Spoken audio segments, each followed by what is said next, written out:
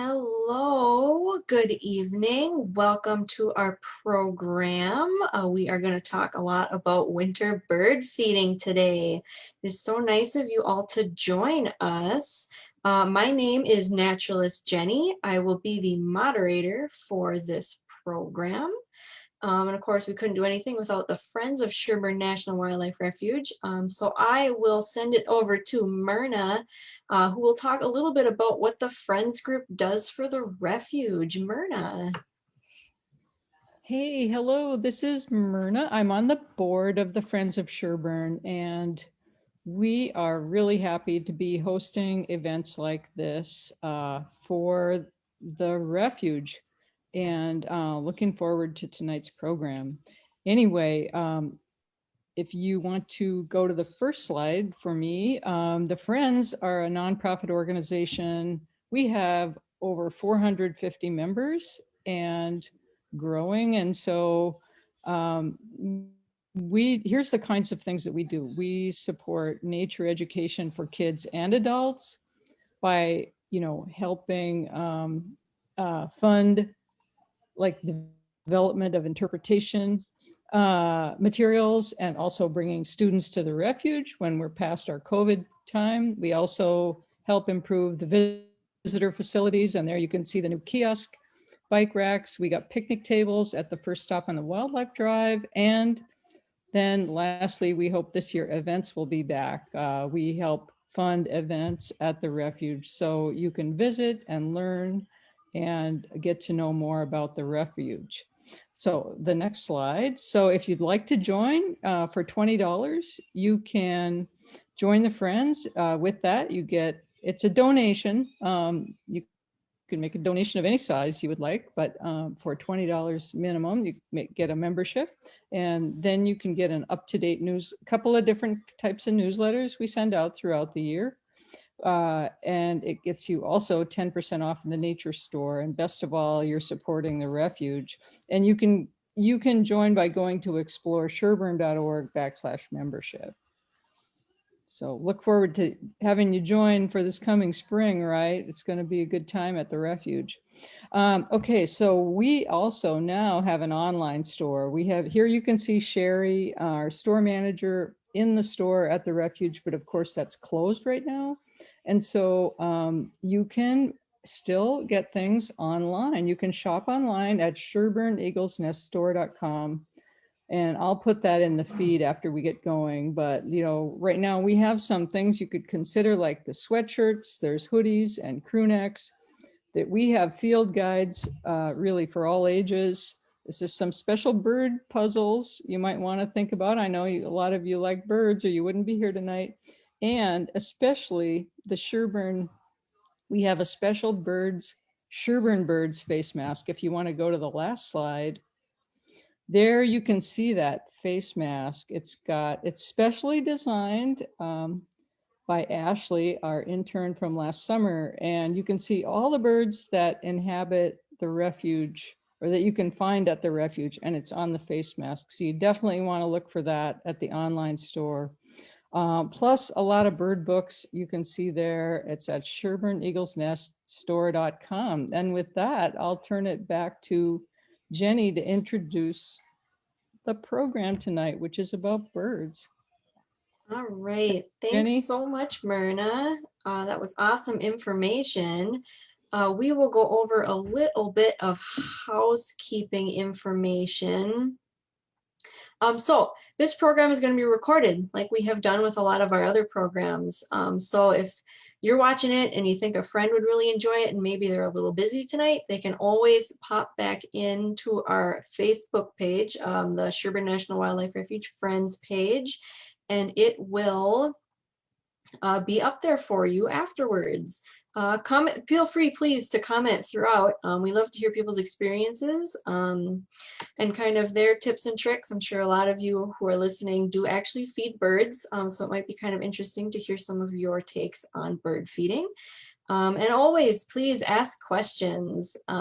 We may go through a few questions along the way. Elena may also answer a lot of your questions. But if not, at the end, we will have a special Q&A so that we can talk a little bit about and maybe answer some of those questions you have.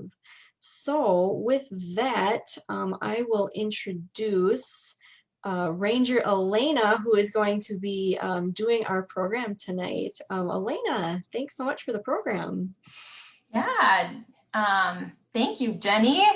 Like she said, we both want to thank you for joining us tonight. I'm Ranger Elena, and I work at Sherburne National Wildlife Refuge, and I'm excited to kind of take a deeper delve into winter bird feeding. This is another program that was requested earlier this season when we put a call out for topics on the Friends Facebook page. So we hope you enjoy getting into the nitty gritty of feeding our feathered friends over the winter months. So winter bird feeding does differ from the spring, summer, and fall months, as fewer species with a narrower range of food preferences are hardy enough to tough out Minnesota's colder months, as we recently experienced not too long ago. This makes the winter season a great time for folks to start birding with the less choices for identification. And along with that, feeding birds brings color and activity to your yard, something I think we can all use this time of the year. And most of the birds that I'll mention throughout the program tonight are found in central Minnesota, but I might mention, some that have maybe a little bit more of a northern or southern range as well.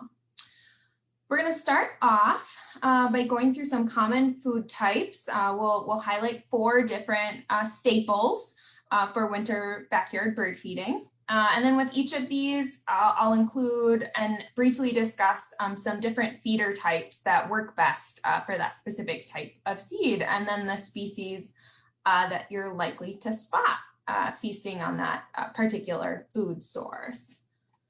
So we're going to start off with black oil sunflower seed. And if you're only going to offer one seed type, my recommendation is to offer black oil sunflower seed. It's a fan favorite, and with thin shells, it's easy for many species to crack into. Being high in fat content, it gives birds the energy needed to survive the winter months. And another similar option that has a thicker shell, which makes it less appealing to blackbirds and invasive house sparrows, is the striped sunflower seed. So if you kind of have some issues with those species, instead of offering the black oil sunflower seed, you could offer the striped sunflower seed. Both of these seed types can be a little bit messier because there's the meat of the seed that's found inside, and then there's that outer shell or hull. And so when birds are feeding at your feeding station, they eat the inside of the seed and discard the hull. So depending on your particular situation, some folks opt to buy sunflower hearts or sunflower chips. So that's essentially just the inside of the seed. With less mess comes more expense. So it all kind of depends on your situation and your preference for that. There's a variety of feeder options that work well with black oil sunflower seed.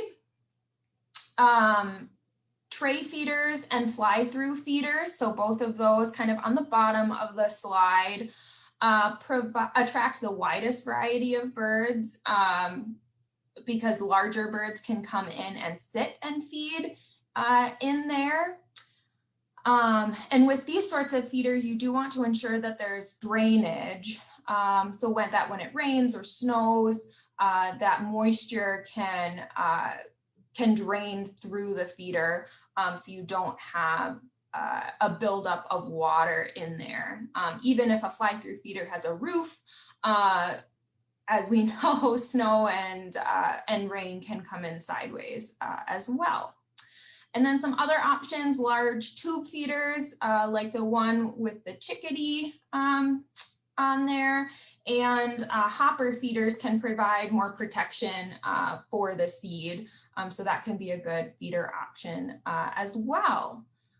And then, but if you do opt to go for sunflower chips or hearts that lack the protection of that outer shell, we recommend that you change the food often and avoid tube feeders because moisture can collect in there and you just don't have as much natural protection of the seed. And then depending on your feeder type, the common visitors are pictured on the right side of this slide, and they include blue jays, northern cardinals. That bright red is a nice pop of color to see in your yard. Black-capped chickadees, white, and depending on where you live, red-breasted nuthatches will come to sunflower seed feeders, as well as house finches. And additional visitors may include purple finches. So they look pretty similar to that house finch. They just have even more color to them. American goldfinches. And then depending where you are in the state or the Midwest, evening and pine grosbeaks. So that's usually a little bit farther north.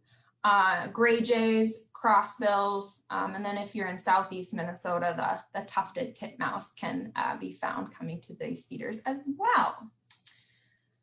So another option to offer is suet, and it's a good choice for attracting insect-eating birds, which a lot of our woodpecker species in Minnesota are. Suet can be purchased as a processed cake. That includes seeds, berries, and other ingredients. Otherwise, true suet can be found at meat counters or grocery stores. And when you're buying suet, you just want to look at kind of the quality of it. Sometimes, depending on the quality of the seed, can also be correlated to the number of birds you attract to your feeder as well. So you can kind of think of that. Birds are pretty smart. So if they know that you provide them a good array of quality food, they're more likely to come back to your station. So with suet in the winter, we don't need to worry about it melting to the same extent as we do in the summer. But that's something to consider, if you continue feeding birds in the summer months, because it can melt and go rancid as well. And on that note, melt points of animal fat does matter. So when you're purchasing suet cakes or true suet from grocery stores, they have low melt points, or they have higher melt points and are less likely to melt, but other things including bacon drippings and lard can melt at lower temperatures. And even in the winter, just the rays of the sun on it can cause them to start dripping. And this is a concern as that dripping fat can damage natural waterproofing on bird feathers. So just something to consider. I know it's been kind of going around on social media, but it's not recommended to feed bacon fat or other cooked animal grease to birds. It can be tempting and it seems like a good use for an animal byproduct. You have this good amount of it in your freezer. And instead of throwing it out, you could give it to the birds. But bacon especially usually has some detectable amounts of carcinogenic compounds with the preservatives used to create it, or in the processing, and the high cooking temperatures used to cook bacon and other meats can encourage or increase the that formation as well. So birds would eat it if you put it out there, but the drippings pose too much of a risk to the long-term health of birds. Just kind of a public service announcement on that. But going to feeder types for suet. There are a variety of ways to provide it for the birds. You can see 3 different feeders on this slide. One of the more common ones is on the top right, and that's a cage feeder, and you can fit 1 suet cake in there, and birds have access to it, you know, from all sides. It's fairly inexpensive, and it works really well for the smaller woodpeckers. Now on the bottom left, we have a paddle feeder that has a larger piece below where the suet cake fits in, and that provides a brace for a woodpecker's tail. This allows species like Minnesota's largest woodpecker, the pileated woodpecker, the ability to feed. So you're more likely to attract them. And often these paddle feeders sometimes have the option to have 2 suet cakes in there as well. So sometimes you can, it can last a little bit longer for you. Another option in the bottom right is an upside down feeder. And this, especially if you have issues with European starlings or common grackles or house sparrows, this can be, this way to feed a suet cake can be beneficial because those types of birds cannot hang upside down. And so instead, you're only feeding the woodpeckers and nuthatches and other species that you might want to attract. And then lastly, another option is to use a mesh vegetable or onion bag to hang suet. So this is most common kind of when you're getting suet from the grocery store, but that can be another way to easily hang it up for them. Suet's main visitors are in the woodpecker family. And so you see them, 3 different woodpeckers pictured on the right. So the pileated woodpecker is on the top. And then I have pictured a downy woodpecker. Hairy woodpeckers visit as well, and they look very similar to the downy woodpecker. They're just going to be kind of a little bit larger proportionally and have a more stout bill. And then the red-bellied woodpeckers. So those are the main ones we'll see coming to the suet in the winter for the woodpecker family. And then white or red-breasted nuthatches can come as well, along with black-capped chickadees. And then you might find some other species feeding on suet as well. But that can be a good option for them.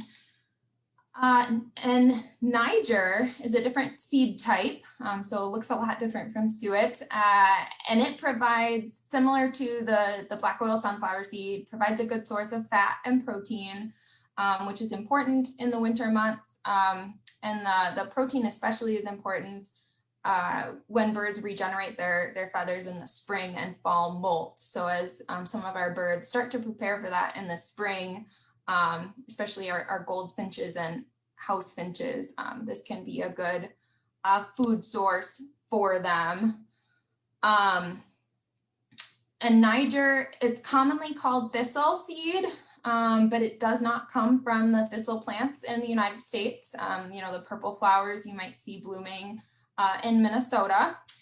Instead, it's the seed of the African yellow daisy, and was originally, you know, mainly exported from Nigeria. So that's where the Niger name came into it.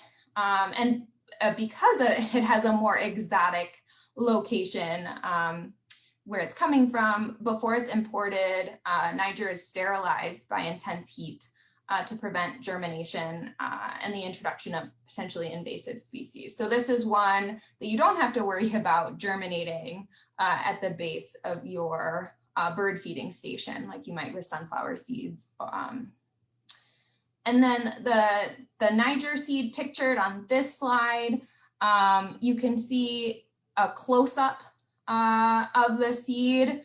And then pictured to the left is a finch mix. So this is one option of a way to feed Niger. is to combine it with sunflower hearts or sunflower chips. And so that's what I have personally on hand.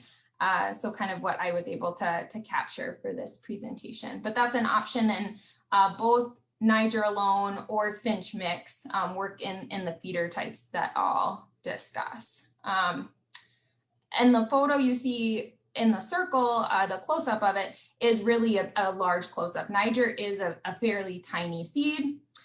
Because it's so small, it does require a special feeder that has smaller feeding ports. So if you have a tube feeder designed for sunflower seeds, it won't work very well for Niger. In the upper right, you can see one option is a sock feeder, and that you can fill with seed. The finches land on it and can eat the seed through the holes in the sock. And other options, you can see two different types of finch feeders near the bottom. One's more of a tube style finch feeder with small openings, and the other has kind of a thinner mesh cylinder with space for them to perch at the bottom. So all of these would work well. Niger seed in particular is one that you do want to change fairly regularly, especially after events with moisture. So in the winter, it's not as big of a concern, but if we get events of rain or things like that, especially in the lesser protected sock feeder, you'd want to change out the seed. Otherwise, the birds will know and they'll stop visiting. So it just kind of becomes moot at that point. So I personally use a finch sock, and the common birds that are attracted to mine are the American goldfinches and house finches. So those are the ones pictured on the right-hand side of this slide. And since I do feed a finch mix, I also see downy and hairy woodpeckers on my sock, along with black-capped chickadees. So they're mostly going for that sunflower chip, but it just kind of depends on what you decide to put in there. And again, depending on where you are in the state, you can see common and hoary redpolls attracted to Niger, along with purple finches and pine siskins. And so with these three food types that I have outlined so far, you have a large seed, so that's sunflower seed, you have a small seed, Niger that we just went over, and suet. And so if you were to just take those three, according to the Department of Natural Resources winter bird feeding tips, you have kind of the trifecta, that small, large seeds and suet cover your bases for a lot of winter birds that might visit. Move on to peanuts. So this is the last food type we'll kind of highlight in more detail, and then we'll go through some other aspects of winter bird feeding.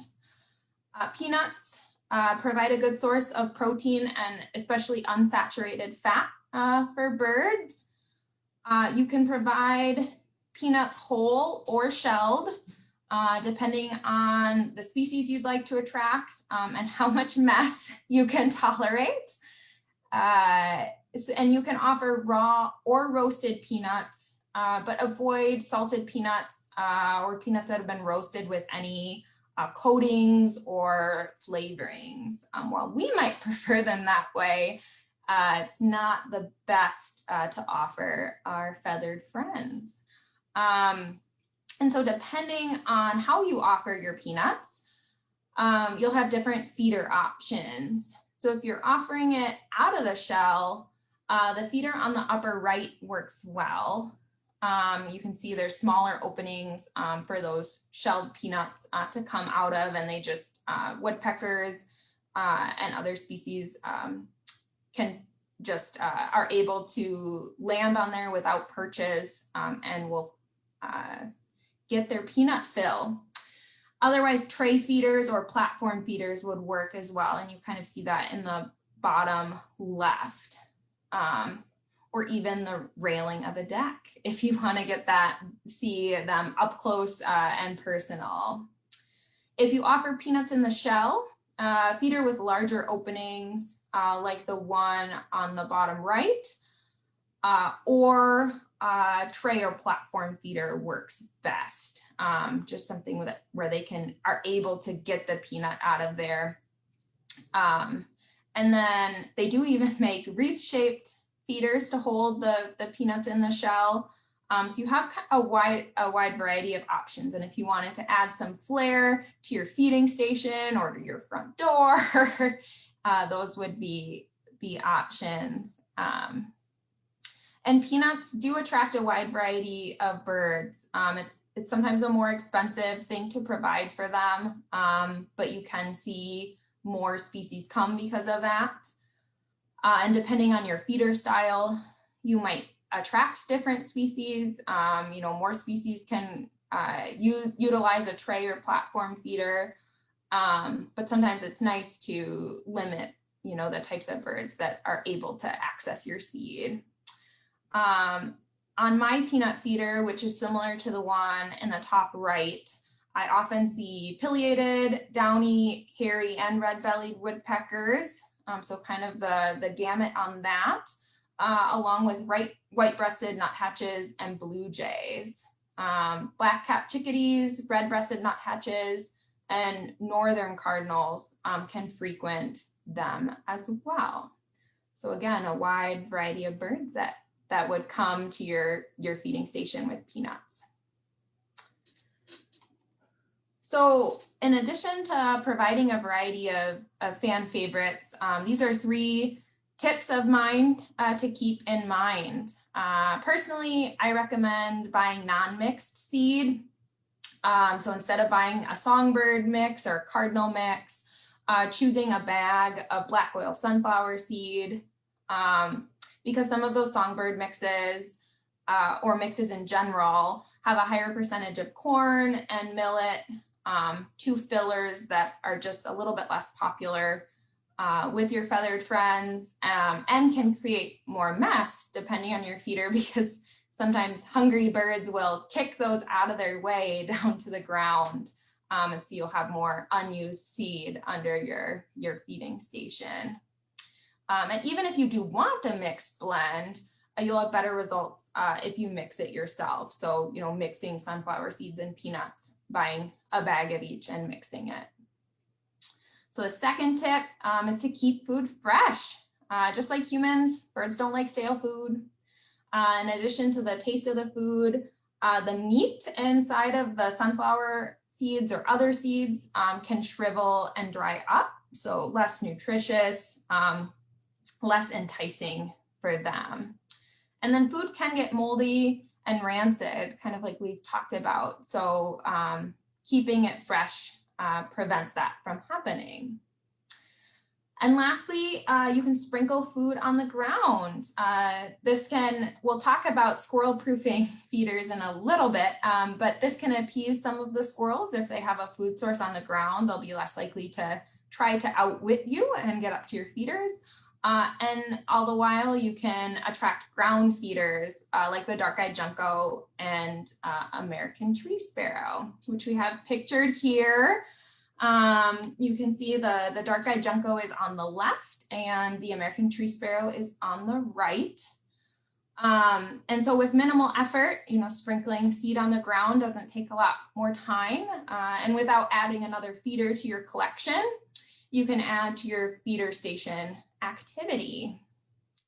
But note, if you're in a county with restrictions on feeding deer due to higher cases of chronic wasting disease, which can also be referred to in shorthand as CWD, keep an eye on if you're attracting deer to your feeding station. We'll talk a little bit more about that near the end. But if you do notice that you're attracting deer to your feeding station and you're in one of those counties, you'll need to move your feeding to only in the feeders off the ground that aren't accessible to the deer.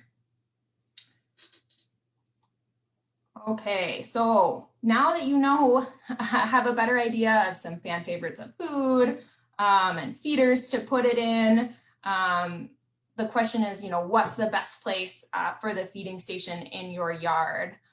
Number one, somewhere you can see it. And you put in a lot of effort into this. So you want to keep that in mind as you decide where is best to put your bird feeders.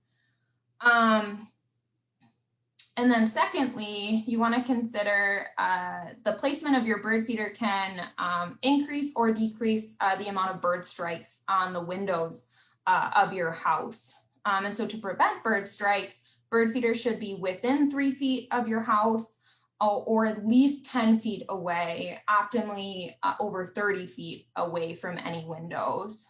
And you might be asking yourself, why do birds fly into windows? And so depending on the time of day, the outside scenery can be reflected onto your window. So say you have trees in your backyard, that's what they might see in your window. And so they think that they can fly through it. And when they do strike a window, they can suffer a variety of ailments. Even if they do fly away right away, there's the thought that many of them still perish due to concussions or internal bleeding. So the more we can do to prevent that, the better. We're setting up a feeding station to enjoy the birds, so we want to protect them as well. And when you have feeders close enough to buildings, within that 3 feet, when they leave your feeding station, if they're surprised or anything like that, they will, there's not enough distance for them to get up to a speed that would injure them when they hit the window, or they're more likely to see the window from that distance as well.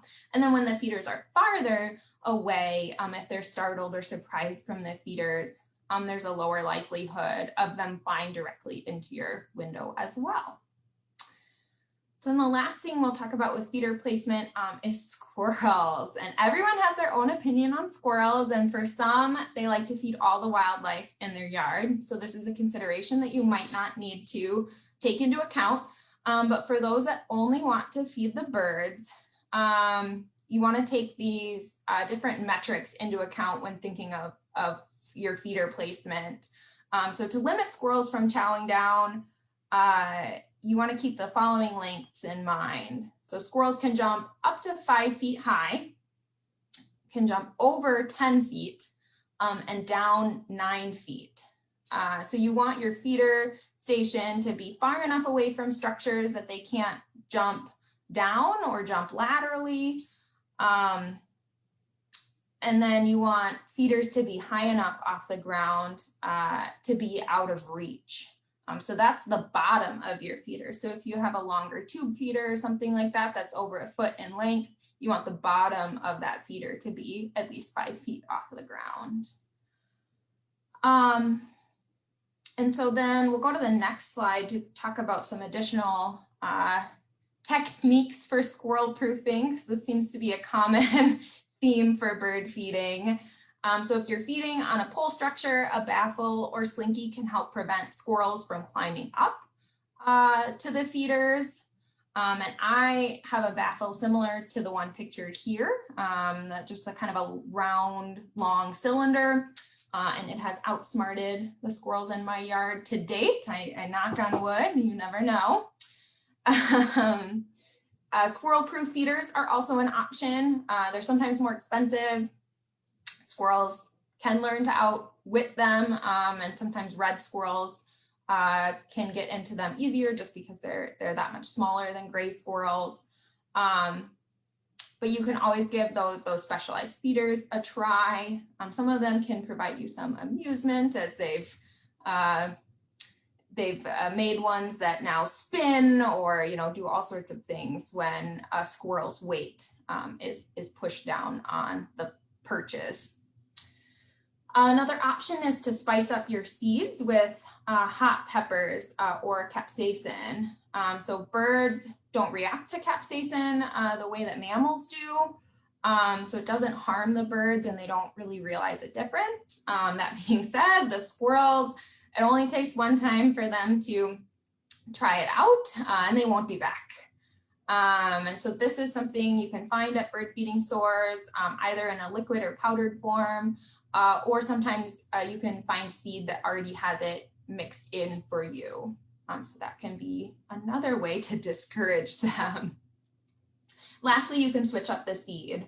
Both safflower and Niger are options that squirrels just don't seem to find tasty, and they just don't prefer it. So again, with capsaicin, they might try it once, but then they'll move on and won't come back to that feeder again.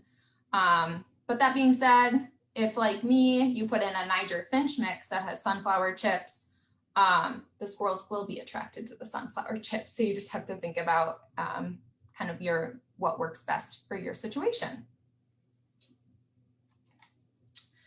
So some other visitors you might find at your feeding stations can be of a wide variety. We'll start off with deer and go from there. So like we mentioned earlier, depending on what county you are in Minnesota, you may have to deer-proof your feeders due to feeding bans that are put in place in an effort to limit the spread of chronic wasting disease. And so a lot of counties in central and southeastern Minnesota do have this ban in place. So we'll have a link placed in the comments for you to check and see if this applies to your county. But with that in mind, on the Department of Natural Resources website, they specifically say that people who feed birds or small mammals in those counties with bans must do so in a manner that prevents deer access. So, don't sprinkle food on the ground, no broadcasting seed, and place the food at least 6 feet above ground level to prevent deer from being able to reach in and eat that food. So all of that is just an effort to prevent deer congregation where they can then continue to spread this disease. So another unexpected visitor might be a hawk to your feeding area. Your bird feeding station, if you already have one, it likely attracts or will attract a wide variety of songbirds. For hawks, this congregation of prey is a bird feeder in its own sense. And so if you find out that a hawk is regularly perched nearby and you'd like to protect your songbirds, you can pull in your feeders for several days, and the hawk will likely move on since the songbirds have kind of dispersed, so they no longer have that food source that they're hunting for. Otherwise, everyone does need to eat, so depending on your perspective on that, you might have even more action in your yard if the hawk does have a successful hunt. Visitors that might not be welcomed are flocks of starlings, grackles, and house sparrows. So those are all non-native or invasive species to the area and can sometimes descend on your feeders in large groups. So if you would like to avoid filling their stomachs, you can encourage them to move on by pulling in, again, just like the hawks, pulling in your feeders for at least a week, and they'll usually find another food source. Turkeys will come to your feeding station area, especially if if you are feeding on the ground, and that can be a fun thing to see in your yard. But if it comes to a point where you don't want turkeys in your yard, usually removing that ground feeding aspect of it will limit how much they come into your yard. Bears in Minnesota, the black bear range is expanding. And this time of year, most bears are in hibernation. So it's not as much of a concern in the winter, but can be a concern in the coming months as we see spring starting and those bears coming out of hibernation. So as we start to see the change in seasons, if you are in bear country, which does extend kind of down to Sherburne County in Minnesota, we recommend pulling in your feeders at that time frame to not only prevent feeding bears, but also prevent any damage to your feeding station. Because even if you have a really tall pole, they will just see that as a challenge for themselves. And so just remember the phrase, you know, a fed bear is a dead bear. So something we want to limit. And we'll end on a happy note with our visitors. And a visitor that can cause excitement is the flying squirrel. And you can see it pictured here on my window feeder. And so in this part of Minnesota, we're in the range of the southern flying squirrel. Otherwise, farther north, you see the northern flying squirrel. And this species, being nocturnal, is mostly active at night. Can be hard to spot if your feeding station is out in the middle of your yard.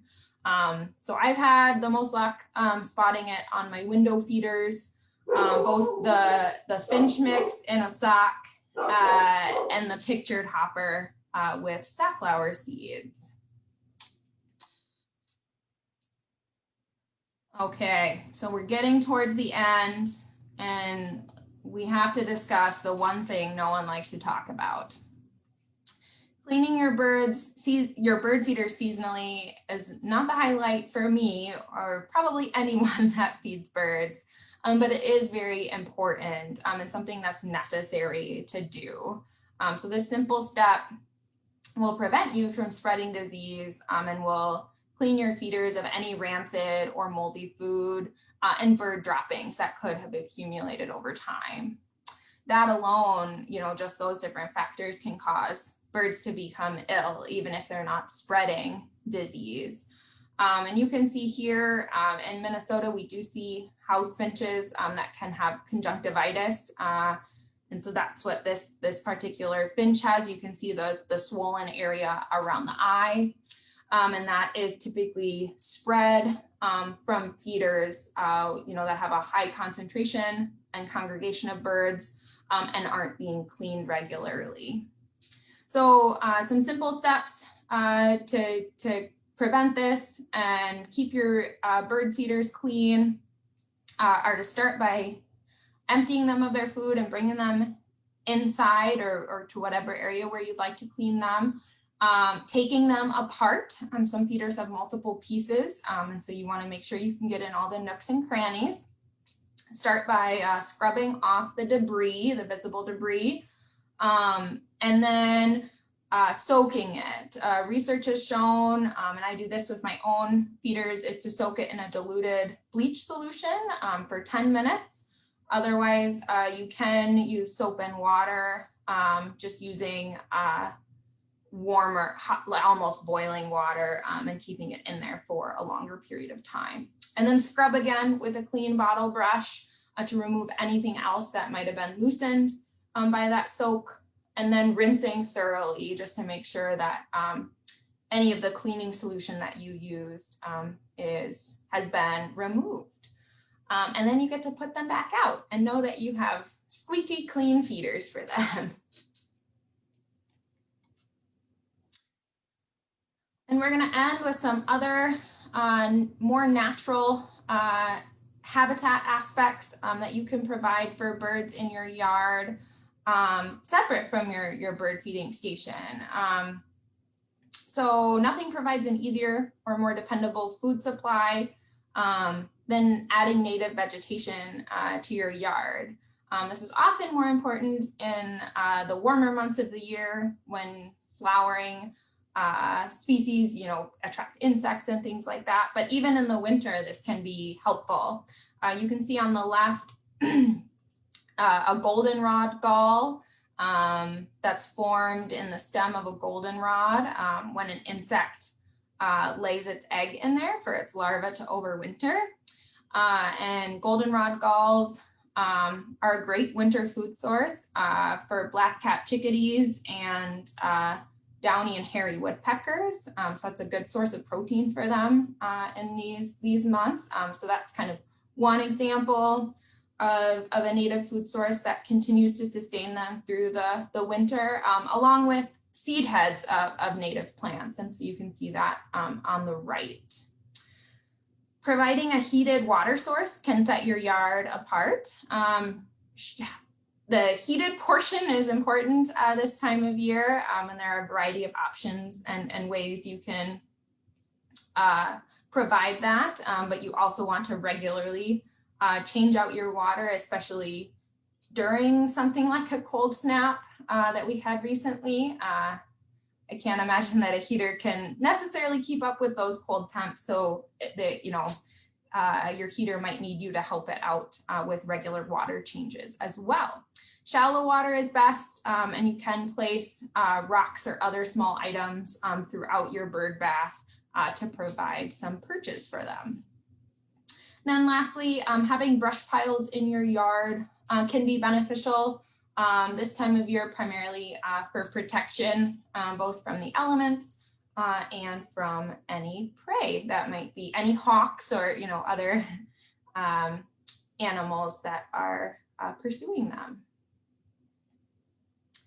So with that, we've covered kind of a wide variety of aspects of winter bird feeding. And we are ready to answer any questions you might have about it. Yeah, so there have been a few questions coming in. Obviously, we might get some more. Yeah. We'll see how many we can get to here. Let me go up to the top so that I can start where we were here, because there were some pretty good questions, and we'll see which ones we can answer now and which ones maybe we won't be so sure about. Okay. So Valerie had asked what makes suet high quality, or what might we want to look for on the package that would let us know that the suet is high quality? Yeah, so I guess what I look for, I tend not to buy multi-packs at hardware stores. I guess that's usually an indicator for me. Sometimes they're sold like in a box of 5 or 10 or even more, often for a pretty good deal. And usually that gives me an idea that they're maybe not the highest quality for the birds. For suet as well, you want to look and see if there's any dye used in there. Sometimes ones that are berry based or things like that will also include food dye. So you'd want to, high quality suet would have only natural elements in it. So you could look at the ingredients list as well. I think those would kind of be some of the main things to consider. But yeah, that's a good question. Yeah, the other question I thought was kind of cool. Let me see. So Stephanie said last fall they harvested their own sunflower seeds that they grew. She was curious if it's best to just set them out, or should they add anything to them to prepare them in any other way? Let's see. She said she has little tree coverage, so she's not sure what birds may even be in her area. But yeah. That's a good question. I have never had the energy to harvest my own sunflower seed, so I'm not familiar with that process. I would think that there's not much that's done to sunflower seeds. I would think that you could just set them out as is, and you do want to use them, I think, with a, you know, within a year or two of harvesting them for optimal attraction of the birds, just because sunflower seeds in particular do have that meat inside of their shell, and that can start to dry up as it ages. And so that's something to consider with where you're buying your seed from. You know, stores that don't move bird seed very regularly, you might be buying older seed there as well. yeah, I know last fall we actually grew some sunflowers too, and we just, during the fall, we just, once we noticed there was a lot of seeds and like the flowers were done making the fruit, we just cut the whole head off, and we set it up on our deck railing, which was a lot of fun because you can actually see kind of the natural foraging. We had like a lot of chickadees and stuff that showed up, and you could actually watch them wiggle each seed out. So it was really cool to see, you know, like, oh, the third of it's gone, now half of it's gone. That was a lot of fun. We did have a couple squirrels that kind of went after them too, but for the most part, we tolerate our squirrels, so that was okay. Let's see. Oh, my computer will let me scroll. There we go. This question I'm not sure if we'll be able to answer. But Josie asked if you know if capsaicin is toxic to bees or other insects. Oh, that's interesting. I would say no. So it's a hot pepper that comes from like a jalapeno or other. I'm not really well versed in how they create the spice, that the form that is available at the bird feeding stores, but I think it comes from more natural sources. And so just like you might put some of those natural spices and things on the outside of your garden to discourage rabbits, or, you know, all of those sorts of things. I don't think it would impact them, but I don't know. Yeah, I don't remember reading anything about that, although I haven't done a ton of research on capsaicin because we don't really deter our squirrels. We don't really care to, because we don't have too many of them. Oh, something cool. Oh, go ahead. So in some of what I've read, I mean, they don't know the long-term effects on birds. They know that they can't taste it, but there's always the question of, you know, if a high amount of it in their system could impact them in a different way, even if they can't taste it and it doesn't deter them from eating the food. So it can be a consideration, but it's kind of one of the options on the market for preventing squirrels. Sure, yeah. Cool thing. Debbie said that they have had a barred owl at their feeders lately, which I think is really cool. We had one barred owl, but it wasn't at our feeder. Okay. So that's really cool. Let's see. Jesse was curious, what are the best native plants for birds to eat in the winter?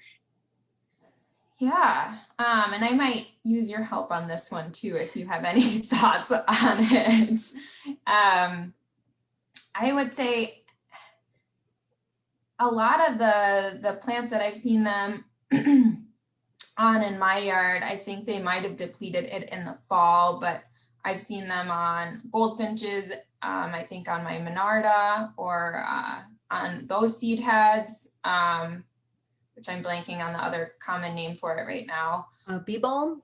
Yeah, bee balm, yep. And my cup plant has sunflower-like flowers, and I've seen them on there as well. I would say goldenrod is a good plant to have for birds because of those galls that are formed by the gall fly that provide some protein for birds in the winter. So not necessarily the seed head, but a different form of nutrition. And goldenrod is an excellent fall pollinator plant for bees and butterflies alike as well.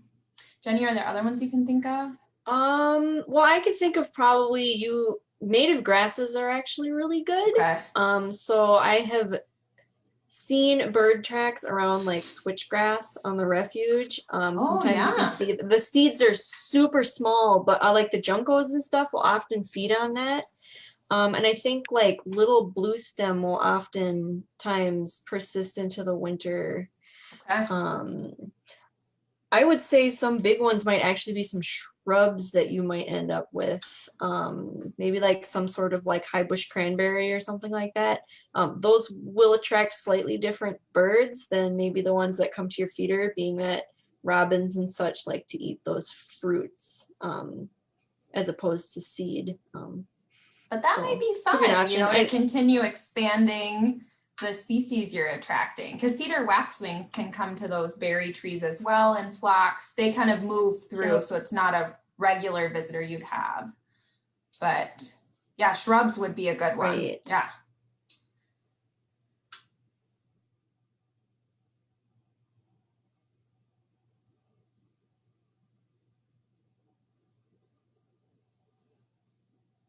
Okay, it looks like Jenny is frozen. So let me see if I can look through the questions as well. See if we can keep this going. So let me just give me a second.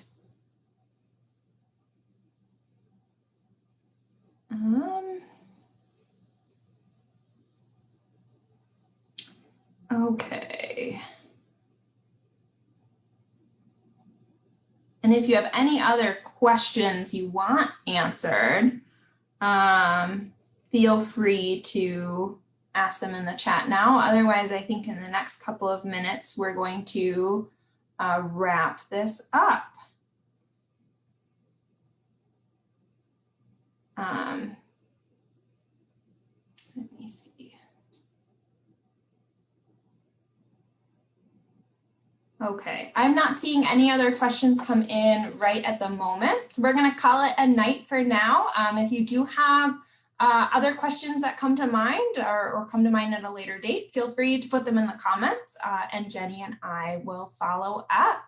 Keep an eye on our Facebook page for programs coming up in the future. Have a wonderful evening.